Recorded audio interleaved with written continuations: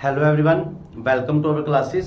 Students, आज का जो लेक्चर होने वाला है वो किसके लिए होने वाला है? Solutions of non homogeneous linear equation with constant coefficients.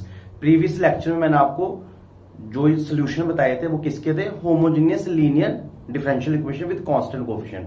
Homogeneous और नॉन होमोजेनियस में क्या डिफरेंस है वो आपको प्रीवियस दो लेक्चर्स में भी बताया गया है, मगर मेन डिफरेंस क्या है वो आज मैं आपको दोबारा बता रहा हूं कि होमोजीनियस जो हम ऑलरेडी कर चुके हैं उसमें राइट हैंड साइड पे जीरो होगा, मगर अब जो आज हम करेंगे नॉन होमोजीनियस, इसके राइट हैंड साइड पे जीरो नहीं होगा।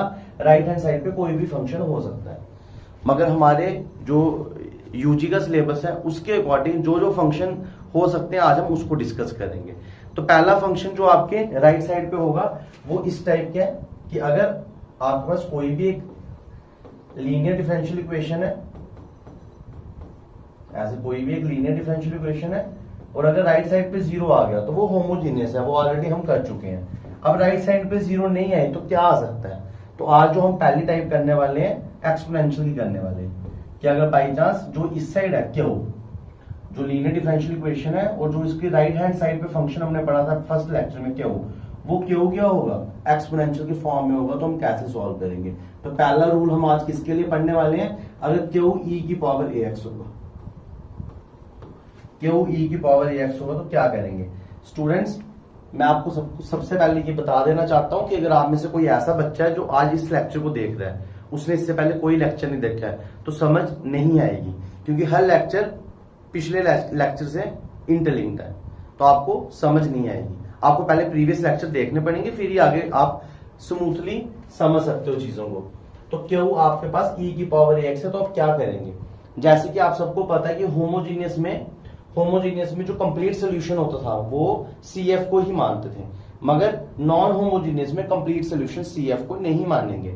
तो जो CF है वो तो निकालेंगे CF तो वैसे निकालना है एज प्रीवियसली डिस्कस्ड, ठीक है? जैसे जैसे आपने प्रीवियस पढ़ा हुआ है CF तो वैसे निकालना है, ठीक है, सेम एज प्रीवियसली।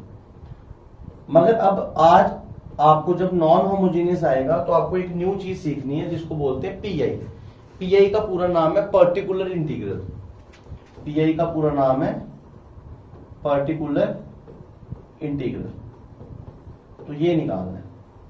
अभी किसकी वजह से आ रहा है? जो राइट साइड में जीरो नहीं है, कोई और फंक्शन है, उसकी वजह से PI आ रहा है, तो PI भी निकालना है। अब इस PI को निकालने के क्या क्या तरीके हैं वही अभी हमें पढ़ने हैं इन लेक्चर्स में। तो अगर फंक्शन आपका e की पावर ax है तो PI क्या होगा वो अभी सीखेंगे, ठीक है? तो सबसे पहले मैं आपको ये सिखाऊंगा एक एग्जाम्पल लेके, ऐसे शायद आपको समझ नहीं आए तो कोशिश करूंगा एग्जाम्पल से आपको समझ आ जाए, ठीक है? तो काफी इजी होने वाला है। आज इस लेक्चर में e की पावर x के जितने प्रीवियस ईयर क्वेश्चंस है वो भी कंप्लीट कर देंगे। e की पावर x के जो कोई ऐसा क्वेश्चन है जो मेरे को लगता है एग्जाम में आ सकता है वो सब बता दूंगा, ठीक है? तो फर्स्ट क्वेश्चन जो आपके एग्जाम में 2016 में आया हुआ है वो ये है, solve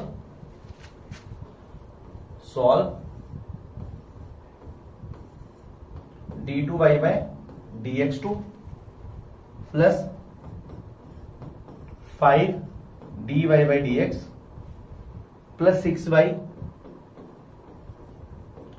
is equal to e की पावर 2x, ठीक है? और ये क्वेश्चन आपके जम्मू यूनिवर्सिटी में 2016 में आया हुआ, तो प्रीवियस ईयर क्वेश्चन आप इसको बोल सकते हो, ठीक है? अब इस क्वेश्चन को कैसे करेंगे? सबसे पहले ये क्वेश्चन अगर एग्जाम में आएगा तो पहचान लेना है इधर जीरो नहीं है, इधर कोई और फंक्शन है, तो ये नॉन होमोजीनियस है, ठीक है? अब सबसे पहले हम क्या करेंगे? आधा सॉल्व करने का तरीका तो पुराना ही है जो आपने प्रीवियस लेक्चर्स में स्टडी किया होगा। तो सबसे पहले मैं लिखूंगा गिवन डिफरेंशियल इक्वेशन। तो आपके पास गिवन डिफरेंशियल इक्वेशन क्या है? d2y by dx2 plus 5dy by dx plus 6y is equal to e की पावर 2x। अब इसके बाद हम करेंगे इन सिंबॉलिक फॉर्म।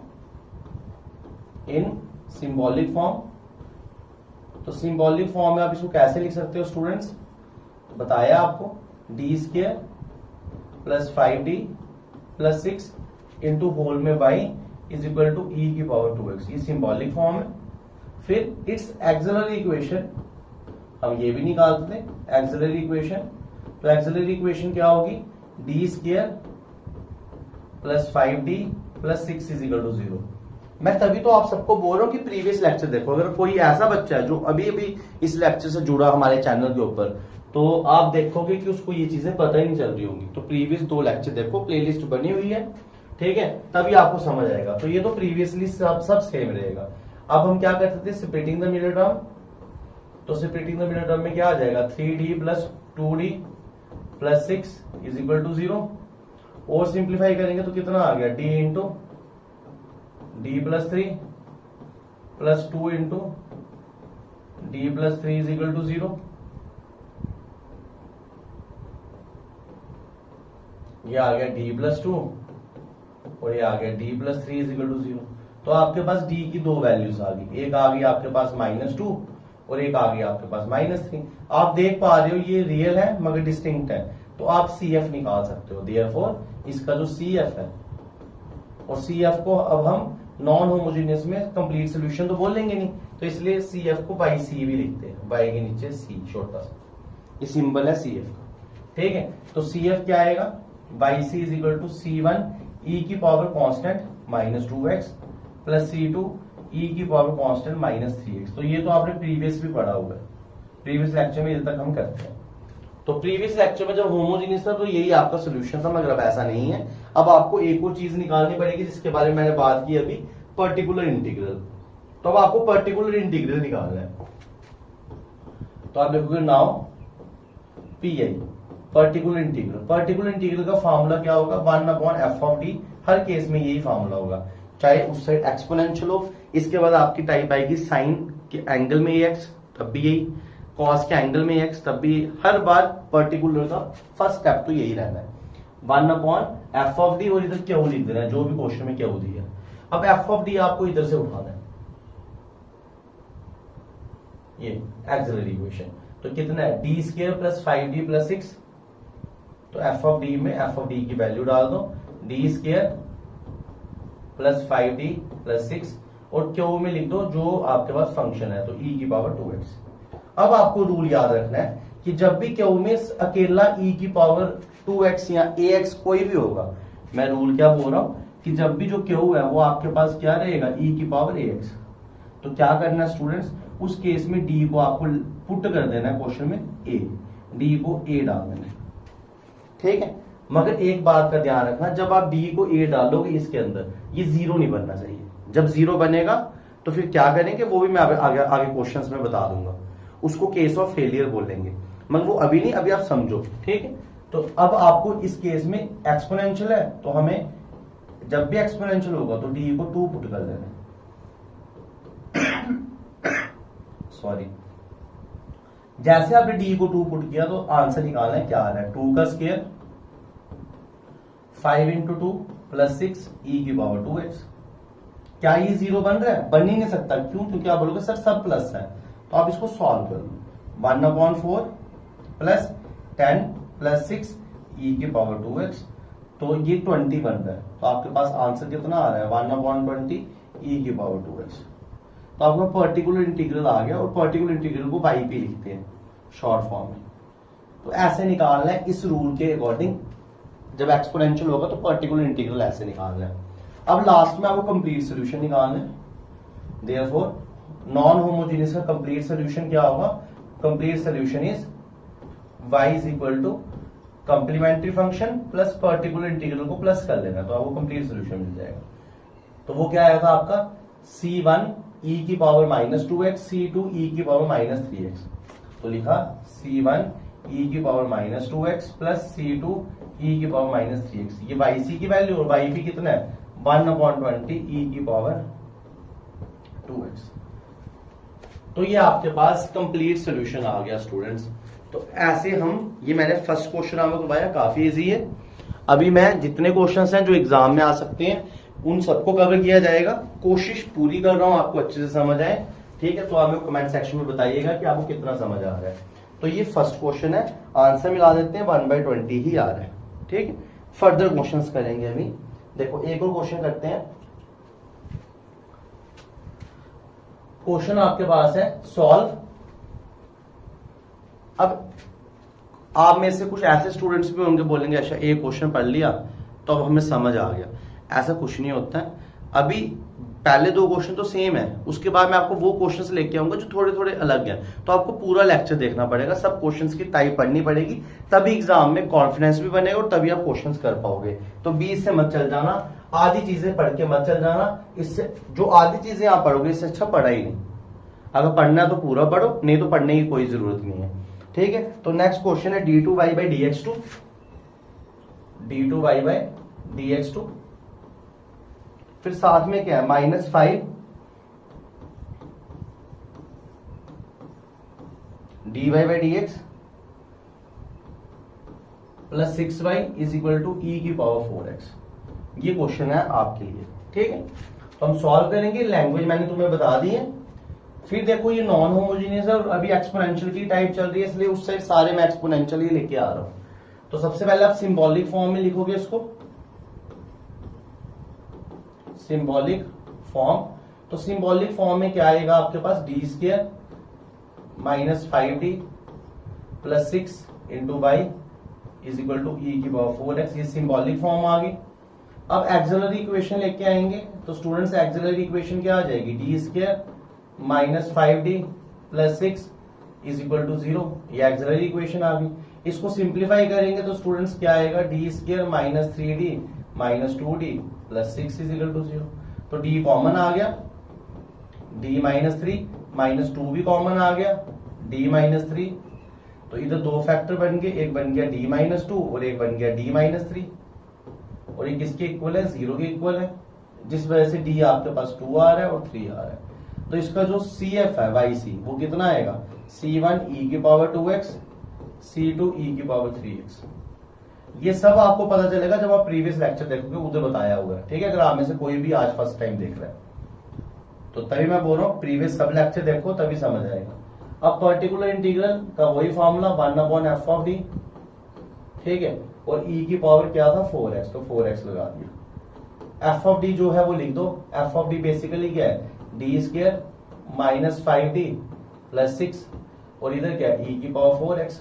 अब जब भी एक्सपोनेंशियल आपको दिखेगा स्टूडेंट्स, तो आपको क्या करना है, आपको कुछ नहीं करना है, बस d को a पुट कर लेना है। a कौन है अभी 4, अगर -4 है तो फिर -4 डाल देना। जो भी x के साथ लगे वो पूरा एज इट इज डाल देना। जैसे ही आपने 4 डाला तो कितना आ गया, 4 का square minus 5 into 4 plus 6 e की पावर 4x।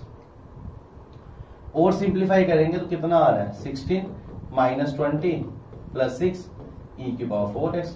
16 प्लस 6 कितना आता है, 22, 22 माइनस 22 e की पावर 4x। तो ये आपके पास p है, ये आ गया। अब जो इस क्वेश्चन का कंप्लीट सोल्यूशन है, तो वो स्टूडेंट्स क्या होगा, जो कंप्लीट सोल्यूशन है वो आपके पास आएगा y इज इक्वल टू, वो फंक्शन लिख दो, C1 e की पावर 3x, C2 e की पावर 2x प्लस 1/2 e की पावर 4x। तो ये आपके पास कंप्लीट सॉल्यूशन आ गया। एक बार आंसर हम भी चेक करेंगे, बिल्कुल यही आंसर आ गया। ठीक है, तो आई होप आपको ये चीजें समझ आ रही होंगी। अगर आपको कोई भी डाउट है तो आप मेरे को नीचे कमेंट सेक्शन में लिख के पूछ सकते हो। ठीक है, तो ये आपके पास 2 क्वेश्चंस हो गए। अब थोड़ी सी मैं टाइप चेंज कर रहा हूं। ठीक है, देखते जाओ अब हम क्या करते हैं।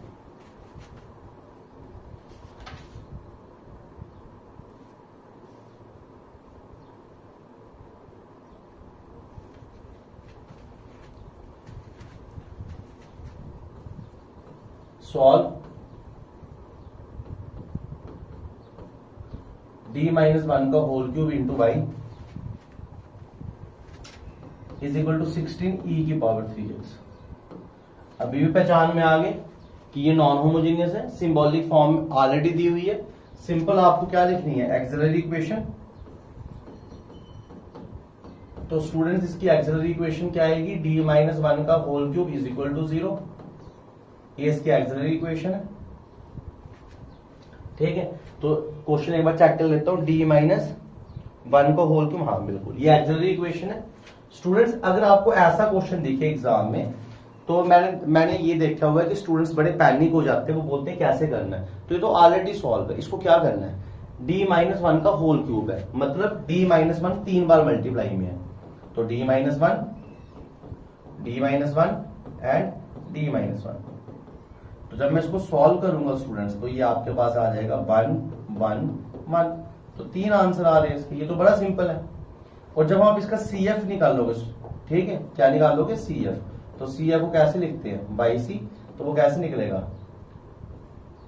C1 पढ़ा ना रूल, C2x C3x²। तो जब सेम आ जाए तो ऐसे चलता है C3x² और e की पावर जो ये कांस्टेंट है तो 1 × x, ये आपके पास क्या आ गया CF आ गया। तो हुई ना टाइप चेंज थोड़ी सी। अब देखो टाइप में चेंज कहां पे हुई है, ये आ गया आपको समझ। अब आपको PI निकालना है, तो PI क्या है 1/f(d) 16 e की पावर 3x, f(d) क्या है 1/d - 1 का होल क्यूब 16 e की पावर 3x।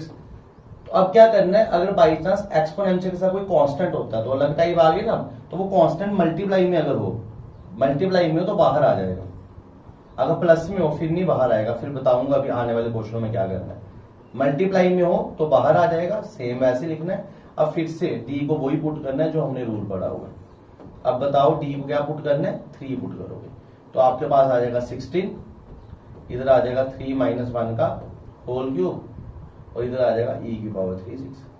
3 - 1 2 का होल क्यूब 8 और 16 कट गए तो आया 2 e की पावर 3x। तो ये आपके पास पर्टिकुलर इंटीग्रल आ गया स्टूडेंट्स। पर्टिकुलर इंटीग्रल CF दोनों आपने निकाल दिए। तो स्टूडेंट्स कंप्लीट सोल्यूशन क्या होगा, y = C1 + C2x + C3x² e की पावर x प्लस 2 e की पावर 3x। तो ये आपके पास कंप्लीट सोल्यूशन आ गया।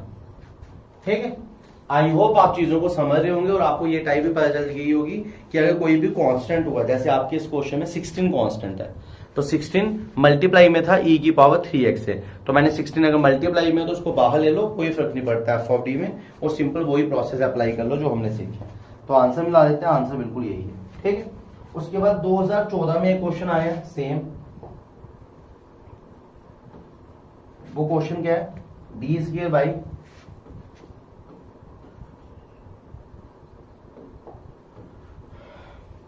Plus 2d plus 1 × y = e की पावर 2x। तो ये 2014 में क्वेश्चन आया हुआ है, ये आप खुद कर लेना। ठीक है, हो जाएगा आपसे, आप करना इसको और आपका आंसर आएगा। आपका इसमें d आ रहा होगा -1 और -1 और आपको पता है CF क्या होगा फिर C1 + C2x e की पावर -1x। और जब आप इसमें PI करोगे तो चेक कर लेना, आपका PI इसमें आएगा सेम प्रोसेस से 1/9 e की पावर 2x। तो सिंपल क्वेश्चन है, काफी सिंपल क्वेश्चन है, आप खुद से ट्राई करना, आपसे हो जाएगा। नेक्स्ट क्वेश्चन आपका 2012 में आया हुआ है। 2012 में क्वेश्चन क्या है, d³ + d² - d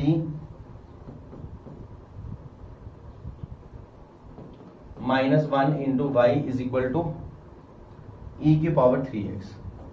तो ये आपका 2012 में क्वेश्चन आया हुआ है। तो करते हैं इसको, क्योंकि ये क्यूबिक पॉलिनॉमियल है इसलिए सोचा करवा देता हूं। तो सिंबॉलिक फॉर्म के बाद आपको स्टूडेंट्स इसको एक्सिलरी इक्वेशन में लिखना है। तो इसकी एक्सिलरी इक्वेशन क्या आएगी, d3 + d² - d - 1 = 0। फैक्टर बनाने हैं, एक तो वही तरीका है, देखो कौन इसको सेटिस्फाई करता है, कौन इसको 0 बनाता है, 1 बना देगा, 1 1 -1 -1 0 1 बना देगा। नहीं तो एक और तरीका मेरे को सामने दिख रहा है, आप क्या करो कॉमन ले लो, d² कॉमन लिया तो क्या बचा d - 1 -1 कॉमन लिया, सॉरी d + 1 बचा, d² कॉमन लिया तो d + 1 बचा, -1 कॉमन लिया तो d + 1 बचा। इसको तो स्प्लिटिंग करने की भी जरूरत नहीं है, ये तो बिल्कुल आसानी से सॉल्व हो गया। तो ये आ गया d² - 1 और ये आ गया d + 1, d + 1 कॉमन ले लिया, बचा क्या d² और -1। आई होप आप समझ गए होंगे। उसके बाद d² - 1 को हम लिख सकते हैं d - 1 × d + 1 a + b a - b a² - b² और इस d + 1 को मैंने एज इट इज लिख दिया। जब इसको सॉल्व करेंगे स्टूडेंट्स तो आपके पास d एक 1 आ रहा है और एक -1 और एक -1, ये आपके पास d आ रहा है। अब जब आपका सी एफ निकालना है बाई सी, तो सी एफ क्या आएगा, C1 e की पावर 1x, इसके लिए तो अलग हो गया, अब ये दोनों सेम है तो इनके लिए C2 प्लस C3x e की पावर -1x। तो ये आपके पास कॉम्प्लीमेंट्री फंक्शन आ गया।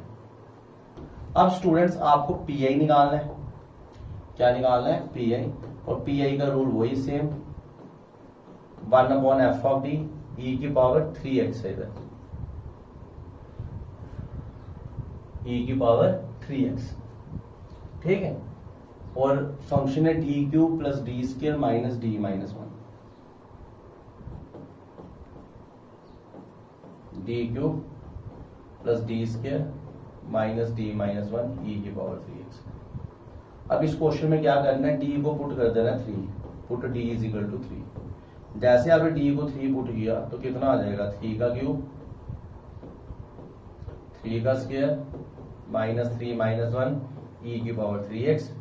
सिंप्लीफाई करेंगे तो कितना आ जाएगा स्टूडेंट्स, आप इस कैलकुलेशन को आसान भी बना सकते हो, कर लो डायरेक्ट, कितना आ जाएगा 27 प्लस 9 माइनस 3 माइनस 1 e की पावर 3x, ठीक है। तो 9 माइनस 4 कितना होता है 5, और 27 के अंदर 5 ऐड कर दिया तो कितना आता है 32, तो 1/32 e की पावर 3x, ये आपका पर्टिकुलर इंटीग्रल आएगा बाई बी।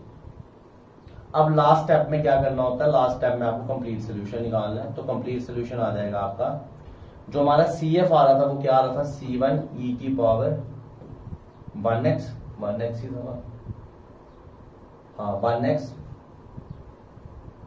और साथ में C2 प्लस C3x e की पावर -1x, और साथ में e की पावर 3x/32। तो ये आपके पास कंप्लीट सोल्यूशन आ गया इस टाइप, ठीक है। एक बार आंसर मिला देंगे तो 1/32 ही है, बाकी सब भी सेम है। कभी कभी ऐसा हो सकता है कि किसी ने ये चीज पहले लिख दी हो तो C1 C2 आएगा, ये C3 बन जाएगा, इतना चलता है, क्योंकि C1 C2 C3 arbitrary constants हैं। आप कोई भी कांस्टेंट को पहले लिख रहे हो, कोई भी कांस्टेंट को बाद में लिख रहे हो, तो कोई फर्क नहीं पड़ेगा, ठीक है।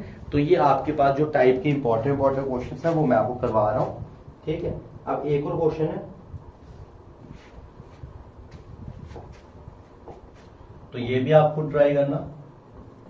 ये क्वेश्चन आपके पास है d square plus 3d, d square plus 3d प्लस 1 into y is equal to 30 e की पावर -x, ठीक है। 30 बाहर आ जाएगा, कोई फर्क नहीं पड़ेगा। इसमें जो आपका पीआई आएगा वो आपका आएगा -30 e की पावर माइनस, ये आपका पीआई आ रहा होगा, सेम ही आ रहा होगा। और जो इसमें डी की वैल्यूज आएंगी क्वाड्रेटिक फॉर्मूले से निकलेंगी, क्वाड्रेटिक फॉर्मूले से आपकी वैल्यू आएगी -3 प्लस माइनस √5/2, ये आ रही होगी वैल्यू। क्वाड्रेटिक फॉर्मूला आपको पता होगा, क्वाड्रेटिक फॉर्मूला ये होता है -b plus minus √b² -4ac/2a, तो इससे सॉल्व करोगे ये आएगा। अब ये कम्प्लेक्स तो है नहीं, ये तो रियल है, तो इसको मैं ऐसे लिख सकता हूँ ना, -3 प्लस √5/2, और इसको ऐसे भी लिख सकता हूँ -3 माइनस √5/2, ठीक है। और जब आप इसका CF निकालने की कोशिश करोगे तो जो आपका CF आएगा वो क्या आएगा, C1 e की power -3 plus √5/2x, C2 e की पावर -3 माइनस √5/2 इंटू x। तो ये आपके पास CF आएगा, ठीक है, और ये आपके पास PA आएगा, लास्ट में प्लस कर देना। तो आई होप आप ये क्वेश्चन कर लोगे। उसके बाद एक और क्वेश्चन है जो 2015 में आया है, तो वो भी नहीं छोड़ना, कभी कभी एग्जाम वाले क्वेश्चन डायरेक्ट रिपीट हो जाते हैं। क्वेश्चन क्या आपके पास, D2 -4D प्लस 3y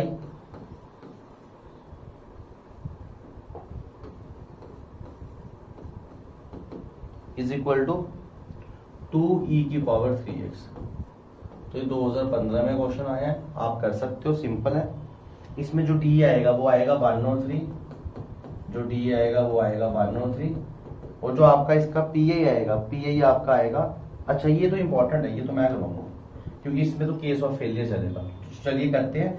अब जो टाइप पे मैंने अभी तक आपको करवाई उसमें क्या था, डी जब हम डालते थे, जैसे ये प्रीवियस क्वेश्चन है, जैसे ये मैंने किया है ना, जैसे मैंने डी डाला तो ये कभी भी जीरो नहीं बन रहा था। अब वो क्वेश्चन स्टार्ट हो गए कि जब मैं डी डालूंगा वो क्या बन जाएगा, जीरो। उसको हम क्या बोलेंगे स्टूडेंट्स, केस ऑफ फेलियर। और केस ऑफ फेलियर किसी भी टाइप का है, चाहे वो इस वाली टाइप का या जो नेक्स्ट टाइप हम करने वाले हैं उसका, सबके लिए प्रोसेस एक ही है। ठीक है, तो स्टार्ट करते हैं। आई होप आप समझ रहे होंगे। अगर आपको कोई भी डाउट है तो मेरे को नीचे कमेंट सेक्शन में पूछ सकते हो। तो ये सिंबॉलिक फॉर्म है। सबसे पहले मैं इसकी एक्सिलरी इक्वेशन निकालूंगा। एक्सिलरी इक्वेशन क्या आएगी, d square minus 4d plus 3 is equal to 0। और सॉल्व करूंगा, d square minus 3d minus D plus 3 is equal to 0। D common, d minus 3 minus 1 common, d minus 3, d minus 1 और d minus 3 is equal to 0। इससे क्या होगा, इससे D 1 आ जाएगा और D 3 आ जाएगा। ये आपके पास आंसर आ गया। इससे आपका सी एफ मिल जाएगा। आपको सी एफ क्या मिलेगा आपका students, by C is equal to C1 e की power 1x plus C2 e की पावर 3x। तो ये आपके पास सी एफ मिल गया।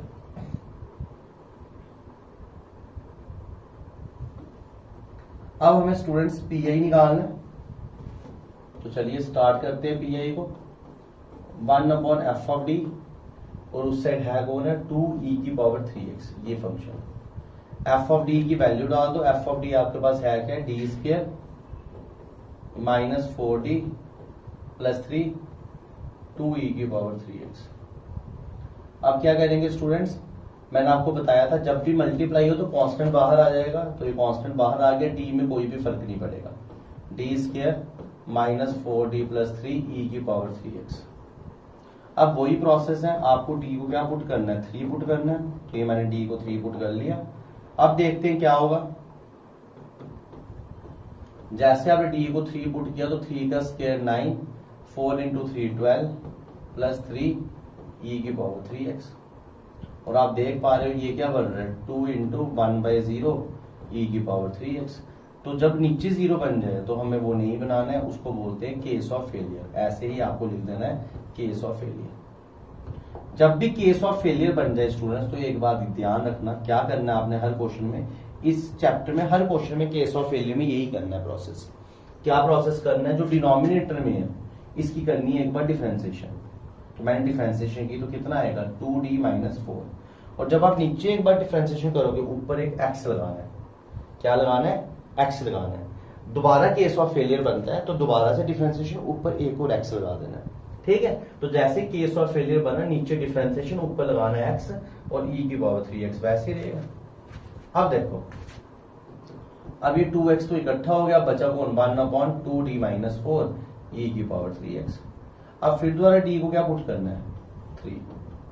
अगर बाई चांस दोबारा से ही 0 बन जाए तो नीचे एक बार डिफरेंशिएशन ऊपर एक और x लगा देना।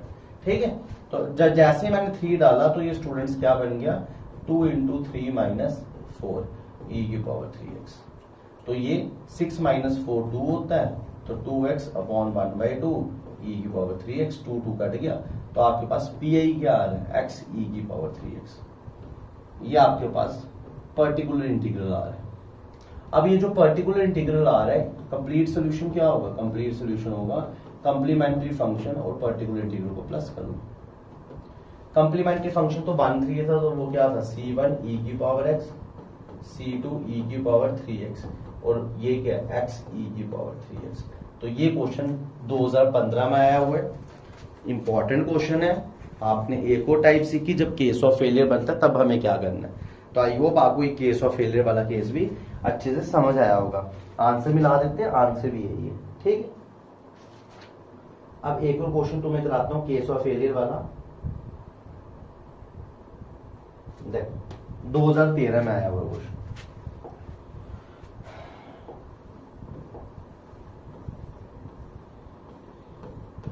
(2013) में क्वेश्चन आया। क्वेश्चन क्या है, d3y minus d3y minus D by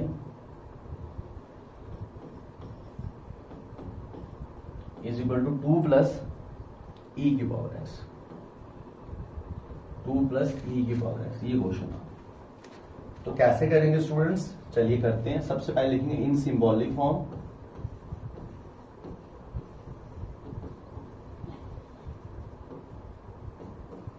d3 minus D into Y is equal to 2 plus E की पावर एक्स, ये आ गया सिंबॉलिक फॉर्म। फिर it's auxiliary equation, auxiliary equation क्या है, d3 minus D is equal to 0। और simplify करेंगे तो d कॉमन आ गया, d कॉमन आ गया तो बचा क्या, d minus 1 is equal to 0। तो अब फैक्टर निकालेंगे तो एक बार d आ रहा है 0 और d क्या आ रहा है, d माइनस 1 0। तो आपके d के आंसर क्या आ रहे हैं इसमें, एक 0 आ रहा है और एक 1 आ रहा है। ठीक है, अब हम CF निकालेंगे, कॉम्प्लीमेंट्री फंक्शन निकालेंगे, तो वो आपके पास आ जाएगा YC is equal to C1 e की पावर 0x C2 e की पावर 1x। और सिंप्लीफाई करेंगे तो e की पावर 0 1 होता है, तो C1 प्लस C2 e की पावर x, ये आपके पास YC आ गया। अब स्टूडेंट्स आपको पर्टिकुलर इंटीग्रल निकालना है, तो पर्टिकुलर इंटीग्रल क्या होगा, 1 अपॉन एफ ऑफ डी, उस साइड क्या है 2 प्लस क्या था 2 प्लस ई की पावर एक्स, और फंक्शन क्या है आपके पास 1 upon d cube minus d. Check कर लेते हैं, 1 upon d cube minus d. ठीक, हाँ 1 upon d cube minus d, ये आपके पास फंक्शन है। और किसके ऊपर लगा 2 प्लस ई की पावर एक्स के ऊपर। अब देखो ध्यान से, अब तो एक्सपोनेंशियल के साथ प्लस में 2 जुड़े, तो जब प्लस में हो तब ये कोई बाहर नहीं आएगा, मल्टीप्लाई में ही बाहर आएगा। जब प्लस में कोई टर्म्स हो तो ये जो फंक्शन है ये 2 के साथ भी जाएगा और एक्सपोनेंशियल के साथ भी जाएगा, ऐसे हो जाएगा। जब भी प्लस हो माइनस हो कोई भी हो, तो जो बाहर वाला फंक्शन है वो पहले वाले के पास भी जाएगा, और जो बाहर वाला फंक्शन है वो दूसरे वाले के पास भी जाएगा। आई होप आप समझ गए होंगे। जब वो पहले वाले के पास जाएगा, अब 2 बाहर आ जाएगा क्योंकि कांस्टेंट है, पीछे क्या बचा डी क्यू माइनस डी। क्या कुछ बचा पीछे, नहीं बचा, 1 बचा। जब 2 बाहर आ गया पीछे 1 बचा, और जब 1 बन रहा हो तो उसको आप e की पावर 0x लिख सकते हो। हमेशा यही करना है, ठीक है। और इस केस में ये तो एक्सपोनेंशियल ही है, तो इसमें d को क्या पुट कर देना है 1। जैसे आपने d को 1 पुट किया तो कितना आ रहा है 1 माइनस 1, तो ये क्या आ रहा है केस ऑफ फेलियर। क्या आ रहा है केस ऑफ फेलियर, और इधर लगाना है e की पावर x। अब इधर d को डाल दिया 0, तो ये भी क्या आ रहा है केस ऑफ फेलियर, 1/0 e की पावर 0x, ये भी क्या आ रहा है case of failure. I hope आप चीजों को समझ रहे होंगे। अगर कोई भी डाउट है तो आप मेरे से पूछ सकते हो। मैंने बोला था जब भी केस ऑफ फेलियर बनेगा तो इसकी करनी है डिफरेंशिएशन। कितना आ रहा है 3d² माइनस 1, 3d² माइनस 1, और ऊपर एक एक्स लगा देना और बाकी सारा सेम। फिर इस ये भी केस ऑफ फेलियर आ रहा है, इसको भी वही करना, ऊपर एक एक्स लगा देना, नीचे डिफरेंशिएशन 3d² माइनस 1, और इधर किया हमने डिफरेंशिएशन, ऊपर एक्स लगा दिया और इधर e की पावर 0x लिया। अब d क्या डालना है 1 डालना है, तो अब मैंने d को क्या पुट कर लिया 1 पुट कर लिया। क्या अब केस ऑफ फेलियर बनता है, चेक करते हैं। d को 1 किया तो 3 × 1 3 माइनस 1। अब केस ऑफ फेलियर नहीं बनता तो हम सॉल्व कर लेंगे। इस केस में d को 0 डालना है, तो अभी भी केस ऑफ फेलियर नहीं बनता है, अब हम सॉल्व कर लेंगे। तो 3 × 0 माइनस 1 e की पावर 0x, 3 माइनस 1 हो गया 2, तो x/2 e की पावर x, ये भी आ गया 2, 0 माइनस 1 माइनस 1, तो ये आ गया -2 e की power 0x plus x/2 e की पावर x। इसको सिंप्लीफाई करेंगे तो ये आपके पास आ जाएगा -2 e की पावर 0x 1 होता है, खत्म कर दिया, और इधर क्या आ जाएगा x/2 e की पावर x, तो ये आपका PI आ गया। ये हमारा क्या आ गया PI। अभी आंसर भी मिलाएंगे, उससे पहले मैं सोल्यूशन लिख देता हूं। जो कंप्लीट सोल्यूशन है वो क्या मिलेगा कंप्लीमेंट्री प्लस YP। कंप्लीमेंट्री इस केस में क्या मिल रहा था हमें, कंप्लीमेंट्री में मिल रहा था C1 प्लस C2 ई की power x, C1 plus C2 ई की पावर एक्स, और पर्टिकुलर क्या मिल रहा है हमें, -2 प्लस x/2 ई की पावर एक्स। तो ये हमें सोल्यूशन मिल गया, कंप्लीट सोल्यूशन मिल गया इस क्वेश्चन का। एक बार आंसर देख लेंगे तो आंसर में -2 प्लस 1/2 -2 प्लस 1/2 ई की पावर एक्स, हाँ यही आ रहा है। ठीक है, तो ये आपके पास क्वेश्चन है और ये उसका आंसर। तो ये जो हमने अभी क्वेश्चन किया इसमें बेसिकली स्टूडेंट्स दो टाइप पे आ गए। एक टाइप तो फेलियर वाली जो हमने प्रीवियस क्वेश्चन में किया वो भी दोबारा से रिपीट होगी, और दूसरी अगर एक्सपोनेंशियल के साथ कोई भी कांस्टेंट, तो कांस्टेंट बाहर निकाल लो, पीछे जो एक्सपोनेंशियल आप लोगे वो e की पावर 0x लेना है। क्योंकि जब किसी के पास इकलौता एक कांस्टेंट है और आप वो कांस्टेंट बाहर निकाल देते हो तो उसके पास 1 बचता है, और 1 को मैं कैसे लिख सकता हूँ, e की पावर 0x से लिख सकता हूँ। ठीक है, और भी कुछ क्वेश्चंस हैं उनको भी डिस्कस करेंगे, और अभी के अभी इस e की पावर x वाले रूल को खत्म करेंगे। देखो एक और क्वेश्चन है जो एग्जाम में काफी बार आ जाता है, solve d square -3d plus 2 into Y is equal to cos hyperbolic x, cos hyperbolic x, cos hyperbolic x. Cos hyperbolic x का फॉर्मूला होता है e की पावर x प्लस e की पावर -x/2। ये होता है फॉर्मूला किसका, cos hyperbolic x का। तो कॉस हाइपरबोलिक जब भी आ जाए घबराना नहीं है, तो उसको एक्सपोनेंशियल में कन्वर्ट कर देना है, और जब साइन हाइपरबोलिक होगा तो बीच में माइनस लगा देना। जब साइन हाइपरबोलिक होगा तो इधर बीच में क्या लगा देना, माइनस। कॉपी के टॉप पे कहीं नोट कर लो। तो सबसे पहले आप इसकी एक्सिलरी इक्वेशन निकालो, तो ये इसकी एक्सिलरी इक्वेशन है। सॉल्व करेंगे तो D square -2d minus D plus 2 is equal to 0, D common आ गया तो d -2 -1 कॉमन आ गया, d -2 तो d -1 और d -2 इज इक्वल टू 0। तो आपका इसका आंसर क्या आ रहा है, d इज इक्वल टू 1,2। तो स्टूडेंट्स आपका जो CF आ रहा है वो आपका आ रहा है YC is equal to C1 e की power x plus C2 e की पावर 2x, ये आपका CF आ रहा है। ठीक है, अब आपको PI निकालना है। क्या निकालना है आपको, PI निकालना है, पर्टिकुलर इंटीग्रल निकालना है इस क्वेश्चन का। तो पर्टिकुलर इंटीग्रल बनेगा f ऑफ d, उधर आएगा cos हाइपरबोलिक x, h तो साथ में जुड़ा होता है, x अलग होता है।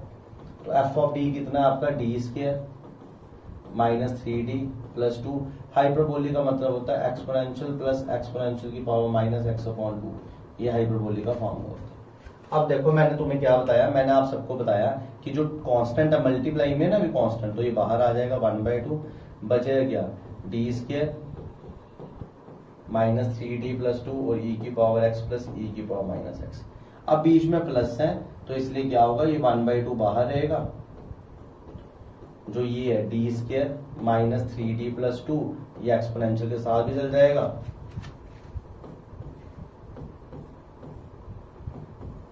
डी स्क्वायर -3d प्लस 2, ये e की पावर -x के साथ भी चल जाएगा। अब क्या करना है स्टूडेंट्स, अब देखो इधर 1 है तो इस केस में d को 1 पुट करना, और इस केस में d को -1 पुट करना। क्यों, क्योंकि इधर -1 एक्सपोनेंशियल है। जैसे आपने 1 पुट किया देखते हैं क्या बनता है। जैसे 1 पुट किया तो इधर आ गया 1, इधर आ गया -3, इधर आ गया 2, तो ये तो केस ऑफ फेलियर बन गया, केस ऑफ फेलियर, क्योंकि नीचे 0 बन रहा है, लिख देना ऐसे केस ऑफ फेलियर। और जैसे आपने -1 पुट किया तो इधर 1 आया, -1 ने इसको बना दिया +3 और ये +2 e की पावर -x, ये नहीं बना केस ऑफ फेलियर। तो अच्छी बात है, इसको सॉल्व कर दो तो ये आ जाएगा 1/6 e की पावर -x। मगर जैसे ही केस ऑफ फेलियर बना तो मैंने आप सबको क्या बताया है कि आप सबने क्या करना है, डिनोमिनेटर में एक बार डिफरेंशिएशन करनी है, तो आ जाएगा 2d -3 और न्यूमिनेटर में एक x लगा देना है और e की पावर x ऐसा कर देना है। अब अगेन d को क्या पुट करना है 1, तो d को क्या किया पुट 1। जैसे आपने d को 1 पुट किया तो आपके पास आ जाएगा 1/2x 2 इंटू, जैसे 1 डाला 2 इंटू 1 -3 e की पावर x प्लस 1/6 e की पावर -x। तो ये 2 - 3 होता है -1, तो ये आ गया 1/2।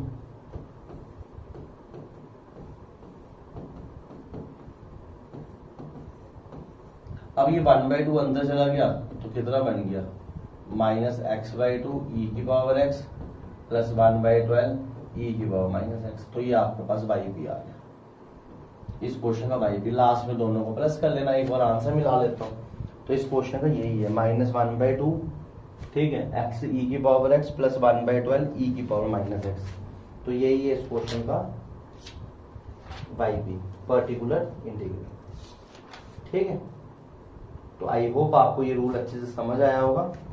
तो 4-5 क्वेश्चन रह गए हैं, सेम ऐसे ही हैं, जिनमें कोई भी ऐसी कोई अलग सी चीज नहीं है जो आपको बताने की जरूरत है। अभी जितना कंसेप्ट आता था आपके सिलेबस में सब मैंने इस वीडियो में कवर कर दिया, एक टाइप का e⁻ax की टाइप का। तो आई होप आप इसके अच्छे से नोट्स बनाओगे, इसको अच्छे से सॉल्व करोगे। अब नेक्स्ट लेक्चर जो आएगा उसमें हम नेक्स्ट टाइप करेंगे।